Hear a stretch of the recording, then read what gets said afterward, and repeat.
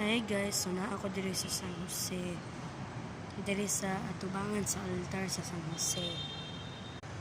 So, nga nagduda mo nga San Jose ang ngalan diri na ilang patron kay Mount Carmel. Kay ang yuta gud diri kay San Jose ang ngalan, pero diri nga simbahan ka santuario ang ngalan sa simbahan nila diri.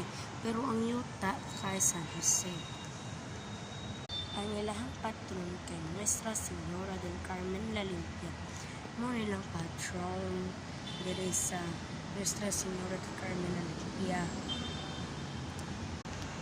So mo na siyang ikaduhang patron diri sa santuario ang si Santa Lucia, ang mananabal sa mga mata.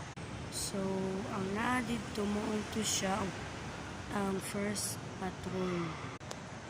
Ang second patron kay si Santa Lucia. So karon guys, magbabay na may karon kang Nuestra Señora del Carmen La Limpia. Yan yun siya. Onya. Doon yung altar. So ang history sa simbahan sa santuario kay mao ni siya, mao ni ang simbahan sa una sa santuario. Hantod na patron sa una mo ni si Mount Carmen sa unang panahon.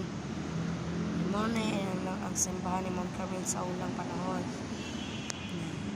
Karaan na kaayo ng katong nilabay na nga tuig. Hantod na gi-transfer na siya og ni so nga napakuan sila niya na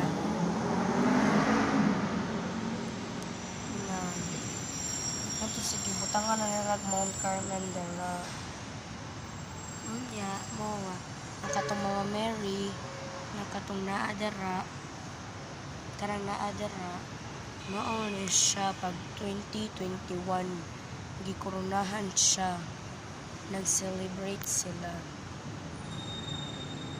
Ito ngayon ang giparade sa SRT na bridge. So, noon siyang history sa una sa San Jose Recoletos. Dahil noon ako'y nakalimutan si San Jose. Si San Jose kay isa siyang asawa ni Maria. Una si Niño, muna si Jose.